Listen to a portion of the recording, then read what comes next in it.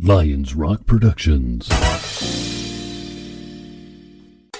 This is Jay Moore. This is Greg Cruz. This is Bryce Vine. This is Dexter from The Offspring. This is Nathan This is Sebastian Younger. This is Daryl Ames. This is Stewart Copeland. This is Mick Gillette. This is Andy Summers. This is Dr. Bob Greenberg. This is Gabby Reese. This is Rob Bell. Hey, this is John Leon Guerrero. Hey, and this is Pete A. Turner.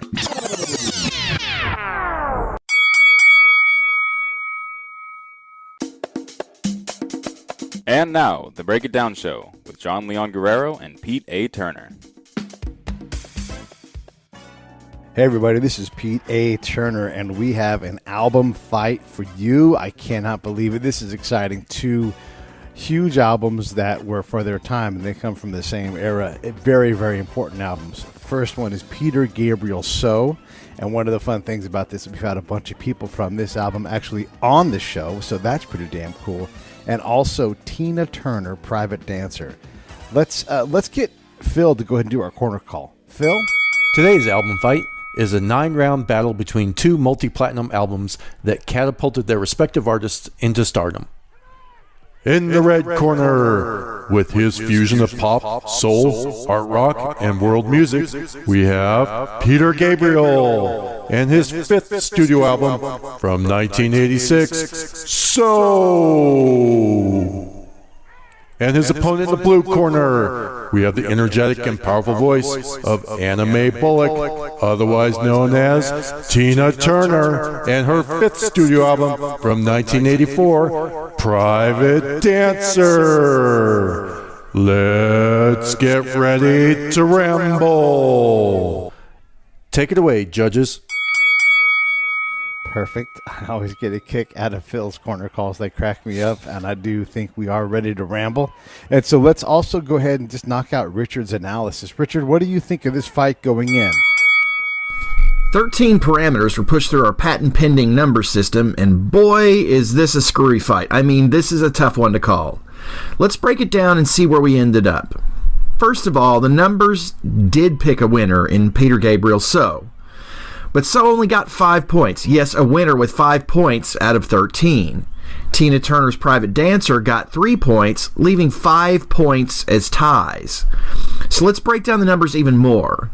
So got 3 of its points from critical numbers and 2 from popularity numbers. Private Dancer got 2 critical points and only 1 popularity point, which surprised me. That album was everywhere in the 80s. So it seems very clear, right? Wrong. There were 3 ties in critical points and 2 ties in popularity points. So what does it all mean? It means this could be close, or it could end up being a blowout by either album. My prediction is Peter Gabriel So 5-4, but with all the ties, that could go even higher. It could be 6-3, it could be 7-2, it could be 6-3 for Tina Turner. But I'm saying 5-4 for Peter Gabriel So, but it all depends on who's judging the fight. It's a weird one. Let's see what the judges have to say. Yeah, it's a mess indeed. The numbers are interesting, and you know it always comes down to the judges. And one of the reasons why we do this thing is we try to take something subjective and try to put some objectivity in it. That's why we have like a bunch of different judges that we pull from. So I'm going to introduce a new judge today. We have Judge Jason Bullett on the show. So Jason is new to us as far as being on the judging panel, but now he's sucked in, and we're going to hold on to him, and we're going to continue to do it. And actually may have him and fellow upstate New Yorker Matt, my buddy Matt Menard, on the show together at some point. We'll have New York in the house and do some New York bands or something. Oh, that would be interesting. Yeah, for sure. And then, of course, many time judge and, basically an associate producer for these album fights is the one, the only Brian Theis from Benicia. Hello. Brian, what are your thoughts going into this fight? You know, when you asked me to pick my next fight, I asked you to find one for me that was going to knock me out of my comfort zone, and you did. Neither of these albums are in my personal playlist, but I really enjoyed both of them. I think, there's 2 stylistic differences. It's really going to come down to what hits your ear better at that particular time. Yeah, I think that's fair. What about you, Jason? This is your first time doing any of these with us. What did you pull out of this experience? This was a close fight, to be honest with you, man. I thought Tina was going to take it, but I'm more swaying to the 1980s, so yeah, I took Peter Gabriel on this one. Well, let's take a look and see how we do. Let's fire this thing up and get going. Round 1. Red Rain versus I Might Have Been Queen. And since you're new, let's go ahead and just jump you right in the pool here, Jason. Give us your analysis for round one. With a layered introduction to Red Rain, that really got me hooked in the song right from the beginning. It was interesting to hear Stewart Copeland on the hi-hat. And also the lyrics, well, not political essentially, but it did deal with AIDS and a nuclear fallout. I really enjoyed this song. It was a strong opener to the album. I give it 10-8 to Peter Gabriel, only because Tina Turner, well, it's a great melody. It starts at the outset. It's a slight callback to Proud Mary, but not a strong opener in my opinion. 10-8 to Peter Gabriel. Nice. Great job. Great first opening round. Right off the bat. Wow. Tina goes down. Heels and all. Well, Brian, what do you say? I'm going to start it off with I Might Have Been Queen. You know, I'm a big believer in karma, you know, especially as it pertains to the entity formerly known as the Oakland Raiders. In this one, Tina explores her Buddhist learnings and fascinations with Egypt and reincarnation. There are some striking images in the lyrics like I'm a new pair of eyes, an original mind, with my senses of old, with the heart of a giant, and I'm searching through the wreckage for some great recollection. I might have been queen. On a personal note, it's not life and rebirth per se, but I've literally spent time looking through wreckage after my childhood home was burned down in the Tubbs fire last year. So many people I know and grew up with went through the same thing, and they're going through their own rebirths. And for Tina, she's moved away from Ike, and she's out there owning it all by herself. Musically, the song does sound dated. It's a product of that era, but it has a nice funky groove, and it's still very listenable. For Red Rain, you know, how many bands out there in the world never get off the ground because they can't find a drummer? And Peter Gabriel is able to call in Stewart Copeland just to play the hi-hats. Boy. And back up Jerry Marotta. You know, this is another song that attacks the senses. The lyrics and the percussions make you see, hear, and feel the rain washing over everything. Red Rain would normally elicit like a horror show type image with blood, but this song feels like another cleansing to me. It never drags, but it does get a little repetitive at the end, but with good effect as the song washes its way over you. For being on a personal note and hitting me that way harder, I'm going to wind up giving this round 10-9 to Tina. Nice work with the jet set and all that kind of reference. Yeah, Red Rain, what an incredible way to open an album. There's so much going on in this song. And again, getting back to, we've had Chris Hughes on the show, and he's actually going to do an album fight. He's a busy dude, hard to get a hold of. We've had Stewart Copeland on the show. Jerry Marotta has said yes to being on the show, just a matter of time and us being available on him. So this is really cool to be able to go, here's a bunch of dudes in the room that know us, and we love that. And of course, Rick Marotta is Jerry's brother, and he's been on the show a number of times. So very well constructed album. You got it. Hats off to Daniel Lanois and what he's pulling off. This is really tough because I Might Have Been Queen. I wanted this to be a little better. There's a great groove, but there's a lot of dated sounds. I felt like the keys were dated. The guitar for sure was dated. Tina's doing her job, though. You know, she's selling it and singing, and that's what she does well. But there's some little Nile Rodgers callbacks, and Nile actually appears on Gabriel So it's kind of funny to have a little bit of back and forth like that. But this is there's a little bit of cheese in I Might Have Been Queen. And how come everybody, this is a question for you, Brian, since you brought up the whole Egyptian reincarnation thing. How come when people are reincarnated, they were always something incredible, and they're like, I was a jet set. All right. Yeah, nobody was ever a goat in a previous life. Everybody was a queen. Yeah. So I gave this one to Peter Gabriel. Red Rain 10-9. Let's do round 2. What's Love Got to Do with It? Versus Sledgehammer. Wow. Brian, go ahead and tee that up and see what you can do with it.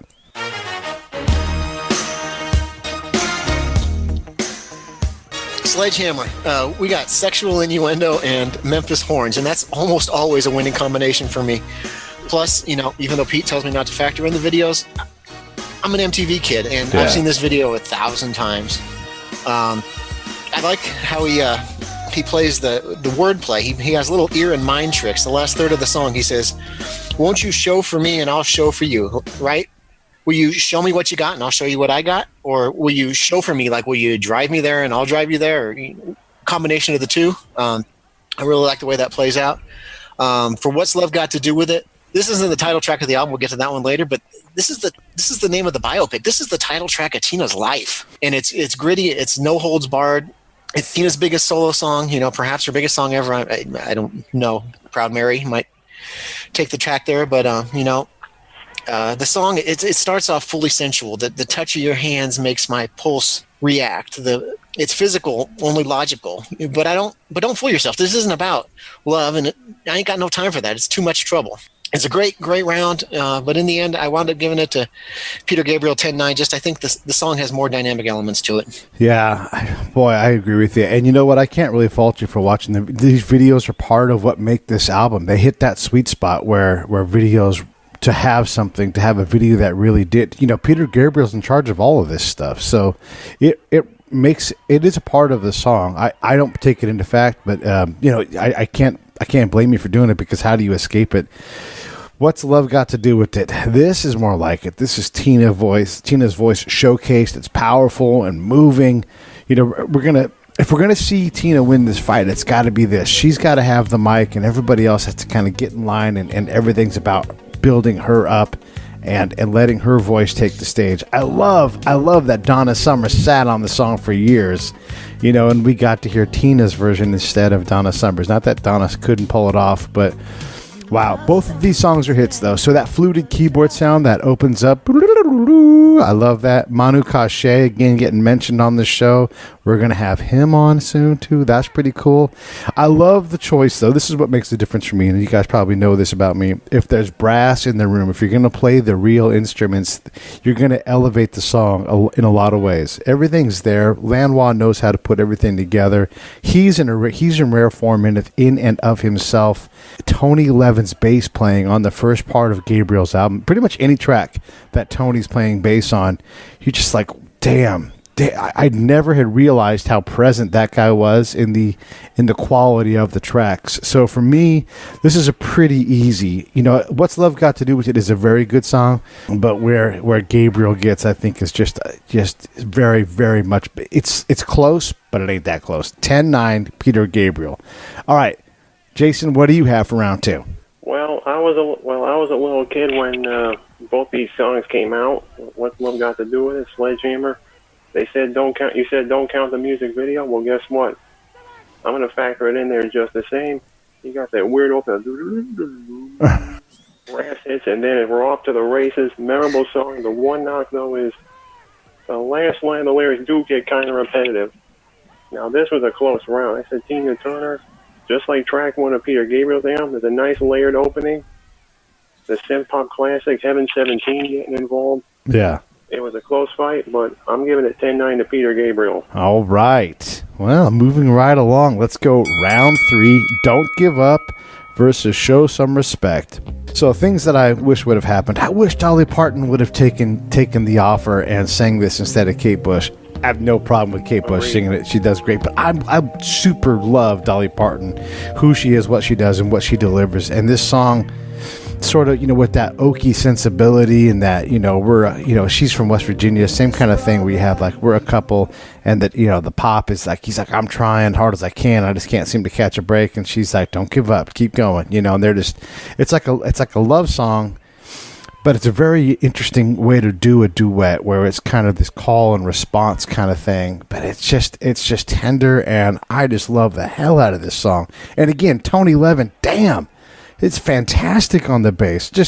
He's the guy I pulled out of this whole album. Like, I've got to pay attention. I've got to reach out and try to have this guy on the show. Turns out he's got one of the oldest blogs on the internet. It goes back to the mid-'90s, and it's about his music playing life on the road. So that is just fantastic, and his playing is so, so great. Show Some Respect. This song sounds like filler from the jump. This is very 80s bass line, and I just think Tina takes a knee here. She gets hit in the ribs and folds up, and even though she's on heels and she's going to say she slipped, and I'm going to say, yes, you did. 10-8 Peter Gabriel. All right, Jason, what do you have? Well, I like Don't Give Up. That was a wonderful song. Kate Bush, it's a shame Dolly Parton never got to take it, but at least we here in the States got to hear Kate Bush. She's never going to perform on this side of the pond, so I heard, so good to hear it there. Lyrics are kind of relevant today. This song was written when Margaret Thatcher was running the show over in the UK, and all the devastating things she did to the economy over, and especially like northern parts of England and Manchester and Blackpool and those areas. It was a nice slowdown after the two tracks. and you got the low-pitched tom-toms coming in, and just like a nice melody throughout. And also, it's been encouragement during some tough times, like suicide prevention. It's like whatever may come, whatever may go. Like he was going to jump off the bridge and just end it right there. Show some respect. Well, there was more guitar driven than the last two songs. Tina puts her emotion, give her respect, but sorry, I'm giving it to Peter Gabriel 10-9. All right. I like it. Decisive. We like decisiveness around here. Brian, can you make a decision? Yeah, definitely make a decision here. Show some respect. You both said it's another song that shows its age, but I think it wears it pretty well. Kind of like Tina Turner does. I love the womp pow right before that first verse kicks in, and she finishes the song. She's kind of channeling her inner Steven Tyler and using her voice as an instrument. Gotta, whoo, ow. Yes. I think she really hits it there. I really love that. I'm a big Aerosmith fan, so maybe that's my bias showing through. Don't give up. Both of you called for Dolly Parton. I can't imagine Dolly Parton doing this song nearly as well as Kate Bush did. I think the way she comes in, the way he's desperate and broken, and she's the rock, I think her voice plays well on this, and I think she winds up winning the round for him on this one. And it's 10-9 for Peter Gabriel. Nicely done. Well, I guess we should just keep clipping along here. We're moving right along. We're 15 minutes. I'll get more verbose if you want. Yeah, no, well, we'll find something to talk about. Let's go ahead and just do round 4. I Can't Stand the Rain versus That Voice Again. And Jason, we're going to have you to start this time. Alrighty then. I'm going to start with Tina Turner. I Can't Stand the Rain. It was a great cover of an Ann Peebles tune. We're back to synth pop after Show Some Respect. In fact, when I played the track the first time, it came just as the rain was falling outside my window here. That Voice Again, also multi-track, but it's a world beat influence. But to be honest with you, this really didn't do anything for me or to me. 10-8 to Tina Turner. Wow. Holy shit. Whoa. Yeah. I wasn't expecting that one. I was not expecting that either. Wow. Okay. Well, Brian, what were you expecting? All right. On That Voice Again, I thought it was a very pretty song about, dealing with judgmental attitudes and how we can let that cause us to feel doubt. I want you close. I want you near. I can't help but listen, but I don't want to hear that voice again. There's way too much value on what we place on what other people think about us. And, as he says, only love can make love. Mm-hmm. For I Can't Stand the Rain, I didn't know this was a cover. I listened to the Ann Peebles original, and I thought, damn good song. Gritty, soulful number. Tina sends it out and does it her way. I don't mind the fact that it sounds like it was produced using beats off of a Casio keyboard. I think that plays well. But I do wish Tina would display a little bit more vocal range. When she sings, I can't stand the rain. I just wish she could hit a different note there. It just sounds a little flat. So I wound up giving this round 10-9 to Peter Gabriel. Yeah, this is, her and Peter Gabriel's each fifth solo effort, so Tina can do whatever the fuck she wants to do. I don't know why she did this. I mean, the Ann Peebles version is, here's the thing, you type it in, and what comes up? Ann's version comes up. Yes, there's some crediting towards Tina, but Ann got there first, and Tina really didn't add much to it. Some Casio keyboard sounds, whatever, that's fine, but this is a cover. It's a straight cover, and in the album fight format, it just doesn't do Tina any effort. Like, I wish she would have done something, gone up tempo, like Proud Mary. Everything's going to be Proud Mary because she just takes that song to a new level. But that's what we're looking for here. So I Can't Stand the Rain. We got a real problem, and I have nothing for this cover. It's not special. And really, it's someone else's song that she uses to fill out hers. So it's a cover that's filler, really, to me. And then That Voice Again, this is the first time Peter Gabriel kind of misses, doesn't get 100% of it.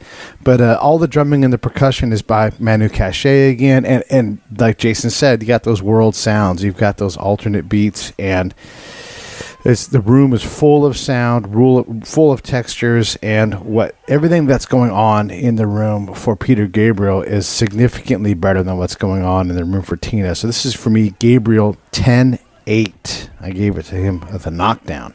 Wow. I know. I just couldn't stand the 70s sound, being significantly better than Tina's. It just was, I don't know. It just had nothing for it. All right, so we're about halfway through, and I wanted to slow down for a second. And because Jason's new around here, Brian, let's throw a couple questions at him.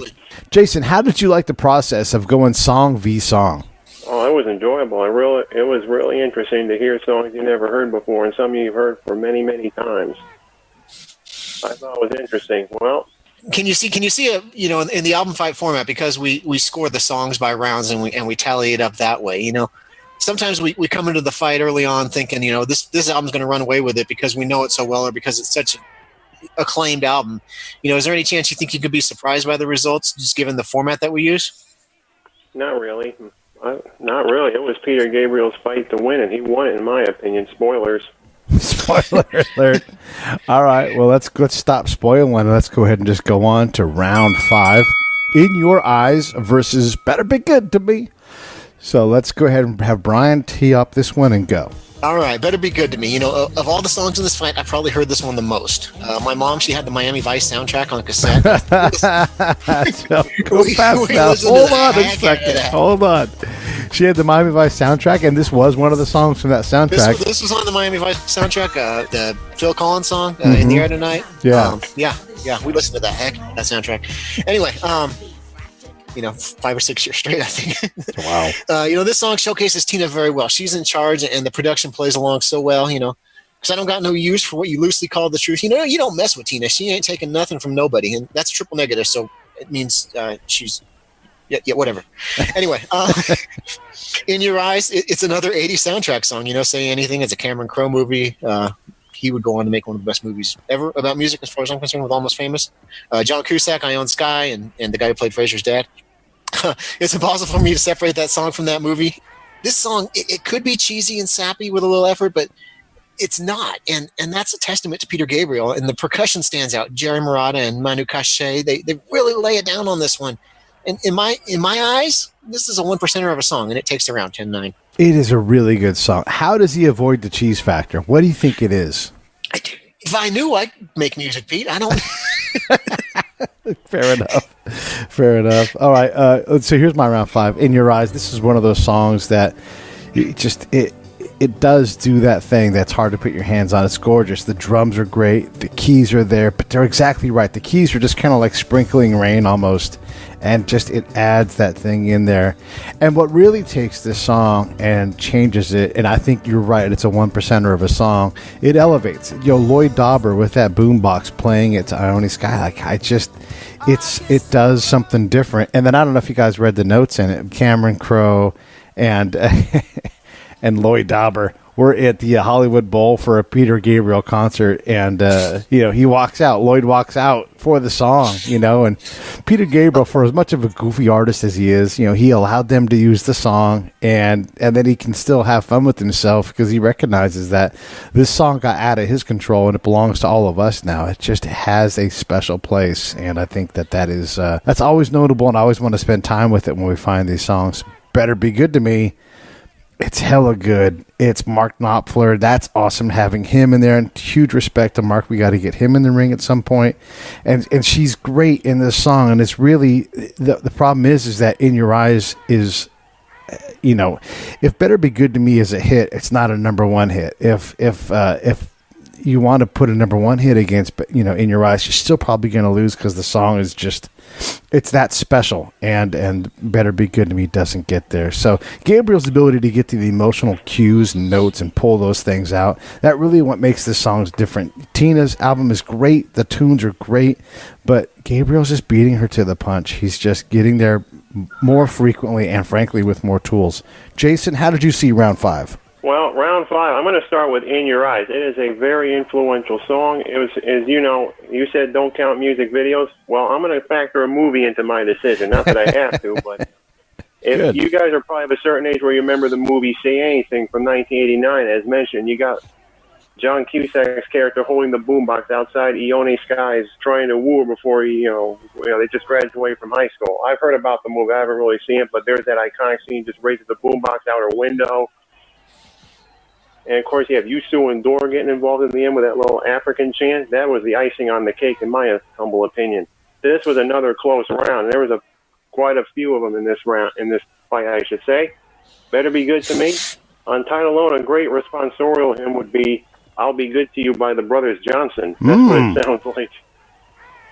Tina's wearing the pants in this relationship. There's a gradual bump in vocals, and also with each chorus, Tina Turner introducing a little sprachgesang or talk singing spots. This is a tough call, another close round, even though The guitar does provide balance, not too much synth involved. I'm still going to give it to Peter Gabriel 10-9. Wow, hell of a round. Good job. Round 6. Let's Stay Together versus Mercy Street. Okay, so here's the thing. I know the audience doesn't all understand this, but when we first started doing this, we were trying to avoid greatest hits albums because that's not fair to go against an original piece. And we're working on putting some greatest hits stuff together, but also covers. And we've learned a lot about covers, that certain covers can be good. They can, if you take over the song, if you do something really special with a new arrangement, this isn't that. This is a straight cover of something that Michelle Williams, Seal, Roberta Flack, Boyz II Men. But this song belongs to Al Green. And if you want to come in and sing it, you're singing, in this case, an homage to Al Green. And that's great, but it's not going to be great against an original piece of work. So it's going against Mercy Street. And this should be a knockdown, but Mercy Street is Peter Gabriel not quite getting it, in my opinion. So Tina submits a cover, and Gabriel submits an original piece, and really for that reason is primarily the reason that this is probably the low point in both albums. This is probably the point where the two rounds are the weakest, but I'm still going to go 10-9 for Peter Gabriel. Brian, what did you have? I got to come right out and say, jump off right off the bat, I got a problem with this song, Mercy Street, and I'm going to talk about it. I'm going to make a quick PSA to all the Break It Down Show listeners out there. If you're feeling down, feeling suicidal, find someone to talk to. Friends, family, call the talk line. Hell, reach out to me if you need to. I'm not a therapist, but I'll talk to you.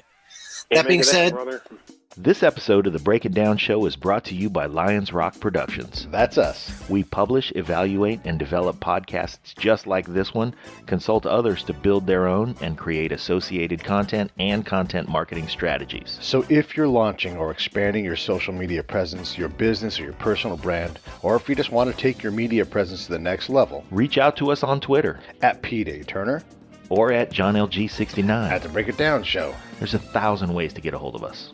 Now enjoy the show. Find someone to talk to. Friends, family, call the talk line. Hell, reach out to me if you need to. I'm not a therapist, but I'll talk to you.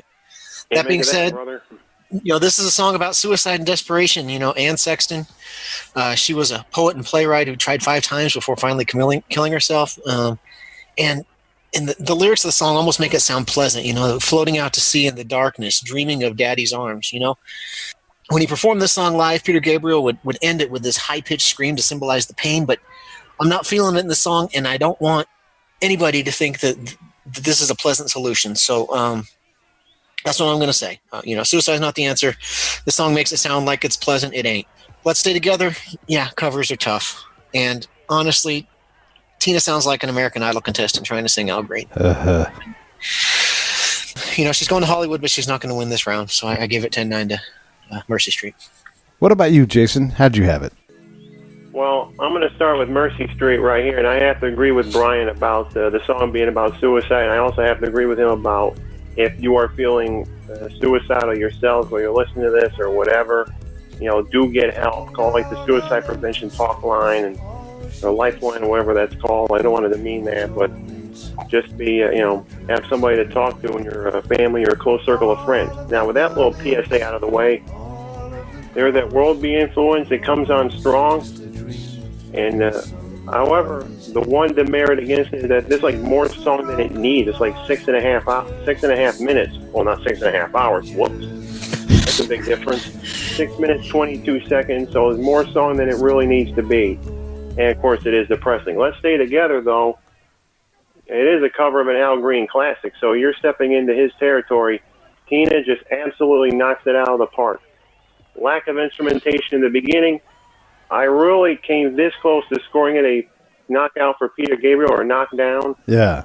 But when the guitars hit in the middle when she hits the chorus, it turned the tide in my opinion, so I gave this fight 10-9 to Tina Turner. Whoa, look at that. Yeah. Wow. I like it. All right. Well, let's go ahead and do round 7. And Jason, since you did so well that time, let's just go ahead and have you start off this one. Round 7, Big Time versus 1984. Absolutely, Pete. Now, Big Time, this is one of my favorite songs out of the Peter Gabriel canon. Unlike Mercy Street, there's like a quick lead-in. So after that depressing slog through oatmeal that was Mercy Street, Big Time says, hi there. And then quick lead into the melody. It's like a half a measure until Peter Gabriel's vocals kicked in. Stewart Copeland reappears this time. He's not just working the hi-hat. He's doing the whole drum set, baby. And also, you got percussive bass, too. Tony Levin and Jerry Marotta getting involved. And, of course, I think there was something called, like, I forgot what the term was offhand.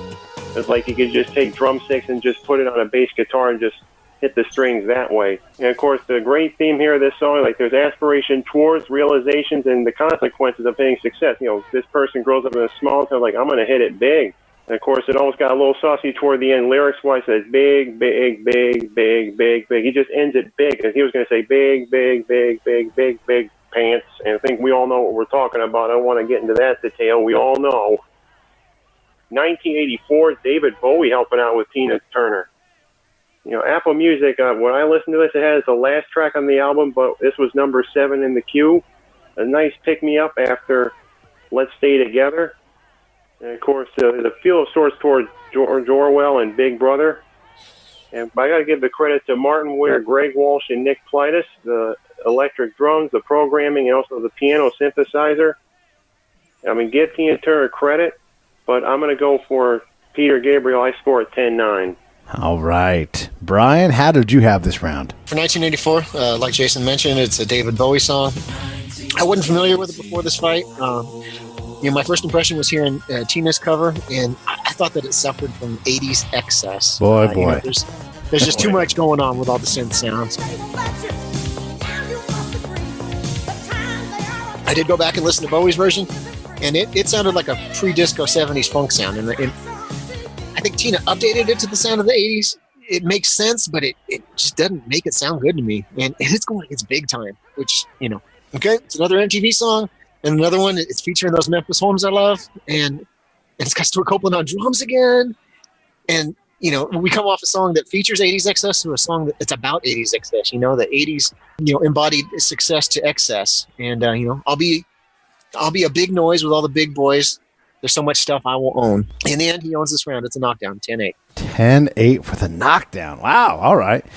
Big time. Yeah, it's just that. It's a bigger idea. It's a bigger song. You know, it's back in the era of big music. You know, U2, Midnight Oil, these bands that had the big sound. And this is exactly what Peter Gabriel's doing here, because guess what? Daniel Lanois in the room with them. So that has this big sound. And I don't know how they do that, but they pull it off. And I love the lyrics. And I don't think Peter Gabriel's a world-class, fantastic lyricist in terms of among his peers. But I think he gets to a good place here because there's a little bit of self-parody. And he talks about how, you know, he's big time and he's getting fatter. And, you know, it's just there's excess everywhere. And like you said, it's a very, very representative of that time with the 80s and very centrally, internally focused on your bigness. So I really, and come on, look, the song is awesome. The bass line and like you guys said, the rhythm section in this song is just fantastic. I love everything that they were doing. 1984. So I think Bowie's version is much stronger. I really didn't even want to hear Tina's version. And when you hear Bowie's version, it was much more Orwellian in thought and feel, whereas Tina's was much more like biographical of the 80s almost. And I'm like, wait, how did they manage to pull that off and be in different things? The lyrics are still that, but I just did not care for this song. I didn't like the choice. And if you're going to cover a David Bowie song, pick a good one. For crying out loud. Why pick this one? So Never cover Golden Years. Yeah. You know, so many other songs. You want to pick something for sure. He's got so many great ones. How about, I don't know if Heroes was out yet, but I'd love to hear her sing Heroes. I'd love that.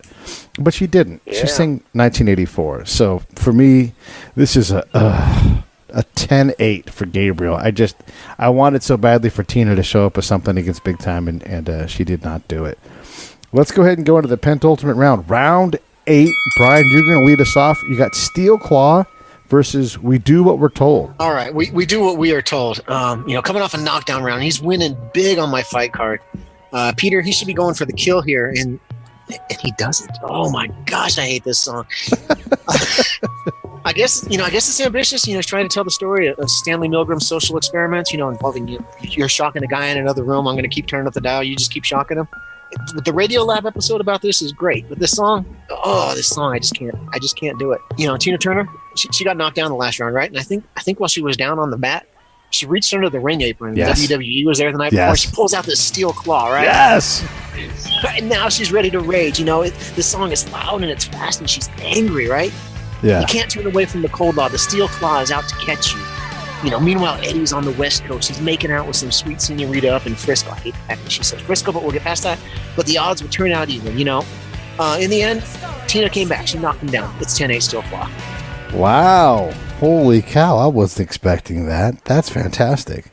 All right. So for me, Steel Claw, this is what I realized. So last week we had Billy Idol in the ring, and Billy Idol, of course, is great. This sounds like a Billy Idol song. You know, like, yeah, Steel Claw. You know, and it's kind of had that upbeat pace, and I would love to hear Billy Idol sing it. I don't necessarily need Tina Turner singing it. She could pick anybody in Hollywood who writes songs, anybody. And she picked this song, and I'm just like, why? Get Tony Levin in there with you to play bass and pick something where you can just burn the tape out of the cassette tape, because that was that era back then, and just sing something from the heart that's soulful, not some stupid song about a steel claw.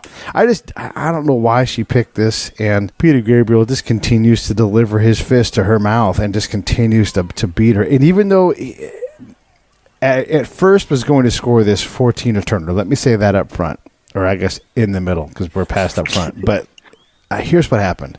I realized that Peter Gabriel, because he's crazy, okay? He does whatever he wants. He's super artistic, and Daniel Lanois had him calm down. But it's like now he's like, I've been fighting my fight. I'm ahead. I'm going to do what I want these last 2 rounds. Leave me alone, Daniel Lanois. And then he puts his mouthpiece in, and he goes out, and he gets all drunk monkey style or something. And it just stops making as much sense. You know, he's like, it's so...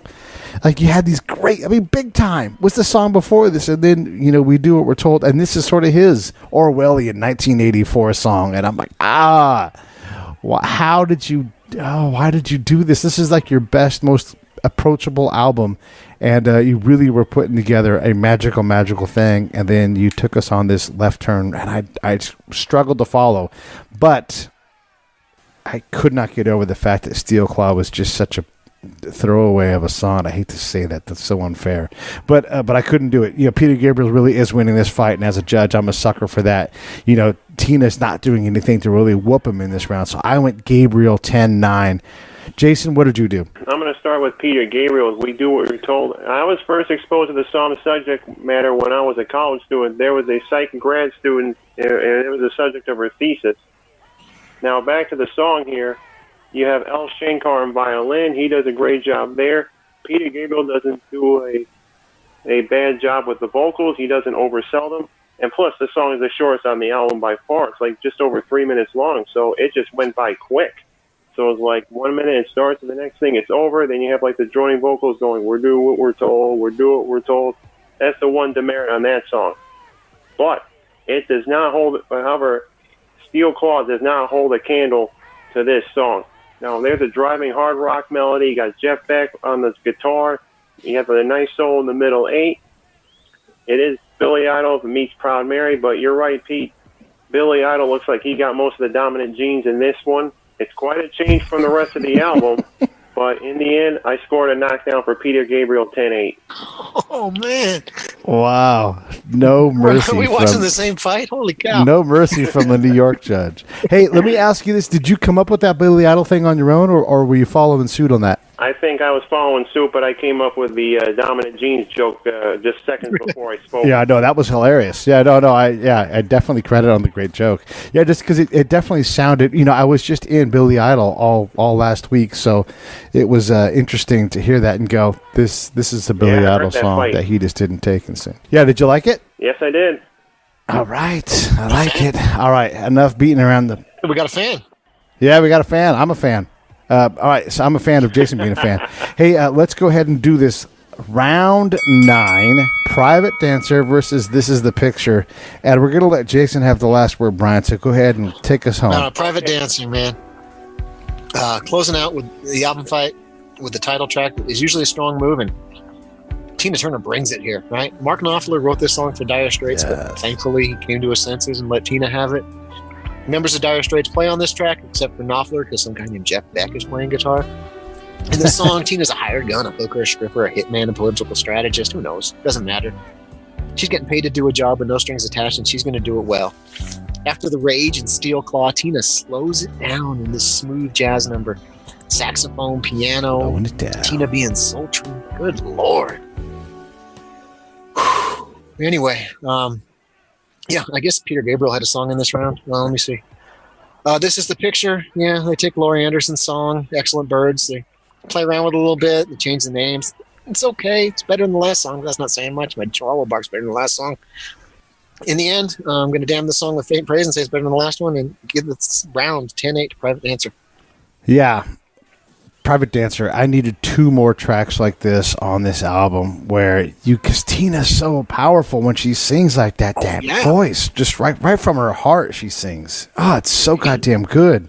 And the sax stuff, the bass stuff, we're finally somewhere where it matters. And even though the song is a touch dated, it doesn't really matter because Tina isn't dated. And she delivered something that we could all sit around and go, yeah, you know, I'm your private dancer. I do what you want me to do. You know, and you know, it's there's a coldness in it, but there's also this heat that comes out of it, and I don't know how she accomplishes that. There's very few tunes that are as good as this tune, and Tina is a great singer. She's also a great cover singer, and that's why there's so many covers on this album. She also, in one of the releases, she's also singing, I think, Help from the Beatles, you know, so she has no fear of taking a shot at singing your song and stealing it from you. She didn't quite get there enough, but in this song, she absolutely has her own thing, and she sings it well, and hats off to Mark Knopfler. Again, great job there. And then this is the picture, and again, yeah, Gabriel's off in Looney Land doing weird stuff with Laurie Anderson, who's also turns out very weird, and they do whatever they want. It's avant-garde. You can't call it weird. It's avant-garde. All right, sorry. Yes, it's avant-garde, and you know, Big Time is not avant-garde, and so we went from Big Time all the way down these last 2 tracks, and so I just have nothing for this. I will wave my hand and say hi to Nile Rodgers because we always like that, but this for me is a 10-8 round. This is Tina Turner, and she's like, well, if you're going to be goofing around, I'm going to come out and just start punching you in the face, you know. And Mick Goldberg's like, ah! You know, he's yelling, what are you doing? And Tina's just standing over there, you know, just blasting Peter Gabriel. All right, go ahead and bring us home, Jason. I get to bring this home. Well, I'm going to start with Private Dancer, the title track of this album. This is a long finale, 7 minutes, 24 seconds. Not like Mercy Street, where this was more song than it needed to be. This was a good song for its length. There's a slow, soulful beginning. You have Mel Collins on the saxophone. You got Jeff Beck back for the finale, second song in a row, playing the middle 8. Actually, the saxophone also appears in the middle 8 as well. Great song, good for what it is. It does not, but I'll tell you what, Peter Gabriel does not hold a candle to Tina Turner in this regard. This was kind of a weak finale to the album. The world meets synth pop ethos is there, but Peter Gabriel, Laurie Anderson, the vocals were rather unsettling, and to your point, Brian, this is like game recognized game, as the old saying goes. You know, Peter Gabriel, Laurie Anderson, they're like 2 peas in a pod. Nile Rodgers, I got to give him the credit on guitar. Looks like I'm giving this fight a little too much credence to Peter Gabriel, but in the end, I'm going to give the round 10-9 to Tina Turner. Strong finale from Tina, in my opinion. Very strong. Yeah, very, very strong. All right, well, that closes out the fight. Let's go ahead and see what the heck happened. Richard, what's your analysis post-fight? Well, the numbers said this would be a weird fight, and boy, was it ever. It'd be easy to chalk this up to a blowout for Peter Gabriel, but not so fast, my friend. Looking at the average scores of the judges, both official and unofficial, the fight came down to 86-82 in Peter Gabriel's favor. That's essentially a 5-round to 4-round fight with a couple of knockdowns against Turner. But looking deeper, yes, Private Dancer was knocked down 5 times, but So was knocked down 4 times as well. This could have been total destruction for Gabriel, but the slow finish on So, with essentially a lackluster instrumental in round 8 and a pseudo-instrumental in round 9, did him no favors and let Turner at least finish respectably. And this really didn't turn out as a surprise based on the numbers. The sheer amount of ties in the pre-fight numbers said it would go either way, and it would be a unique fight, and it definitely was. For me, it came down to one specific problem. Private Dancer is incredibly dated, and so still feels and sounds contemporary. But please, art rockers, stop with the stupid fucking instrumentals, and stop changing your damn track listing for digital reissues. Okay, I'll stop. I'm ranting. Back to you guys.